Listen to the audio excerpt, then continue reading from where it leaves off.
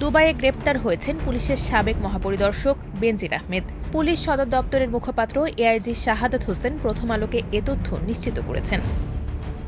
দুর্নীতির মামলায় ইন্টারপোলের রেড নোটিশের ভিত্তিতে বেনজির আহমেদকে ১২ জন গ্রেপ্তার করে দুবাইয়ের পুলিশ। এখন প্রশ্ন হলো, তাকে কিভাবে বাংলাদেশে ফিরিয়ে আনা হবে?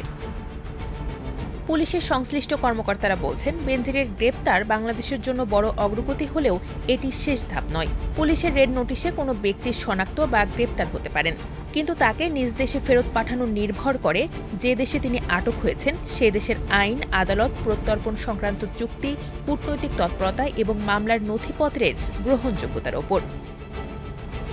পুলিশের সাবেক আইজিপি বেনজির আহমেদের দুবাই পুলিশ কর্তৃক গ্রেপ্তার প্রসঙ্গে এদিকে ১৪ জুন সংসদে স্বরাষ্ট্রমন্ত্রী সালাউদ্দিন আহমদ জানিয়েছেন, গ্রেপ্তারের তারিখ থেকে ৩০ দিনের মধ্যে কূটনৈতিক চ্যানেলে আনুষ্ঠানিক প্রত্যর্পণ আবেদন পাঠাতে হবে।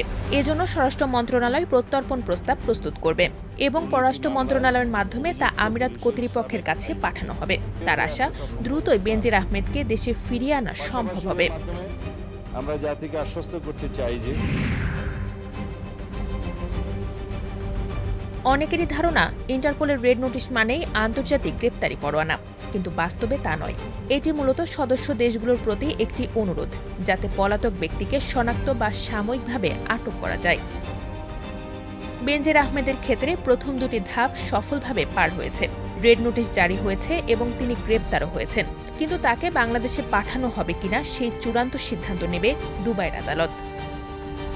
তবে বাংলাদেশকে এখন প্রমাণ করতে হবে, বেনজিরের বিরুদ্ধে এই মামলা কোনো রাজনৈতিক প্রতিহিংসা নয়, বরং এটি দুর্নীতি, জালিয়াতি ও মানি লন্ডারিংয়ের সুনির্দিষ্ট বিচারিক প্রক্রিয়া, যেখানে তিনি সম্পূর্ণ ন্যায় বিচার পাবেন। প্রত্যর্পণ প্রক্রিয়া মোটেও সহজ নয়। পুলিশের সংশ্লিষ্ট কর্মকর্তারা জানিয়েছেন, বেনজিরকে ফেরাতে বাংলাদেশকে সাধারণত কয়েক ধরনের নথি পাঠাতে হবে। প্রত্যর্পণের আবেদন পাওয়ার পর সংযুক্ত আরব আমিরাত কর্তৃপক্ষ প্রথমে নথিপত্র যাচাই করবে।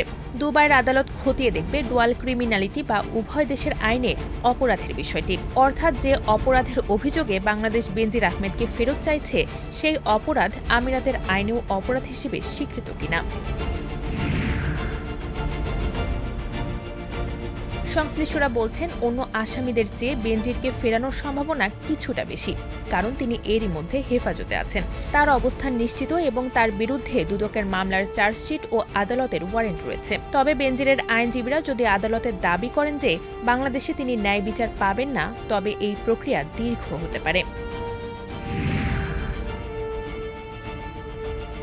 বাংলাদেশের অতীত অভিজ্ঞতা বলছে, ইন্টারপোলের তালিকায় এখনও ৫৯ জন বাংলাদেশির নাম আছে, যাদের বেশিরভাগকেই ফেরানো যায়নি।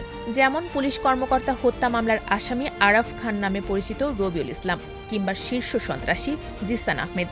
দুবাইয়ে তাদের অবস্থান জানা গেলেও তারা ভারতীয় বা অন্য দেশের পাসপোর্ট ব্যবহার করায় তৈরি হয় চরম জটিলতা। এছাড়া বঙ্গবন্ধু হত্যা মামলার দণ্ডিত খুনি নূর চৌধুরী ও রাশেদ চৌধুরীকে যথাক্রমে কানাডা ও আমেরিকা থেকে আজও ফেরানো যায়নি নানা কারণে। তবে ইন্টারপোলের রেড নোটিশের মাধ্যমে ফেরানোর উদাহরণও আছে।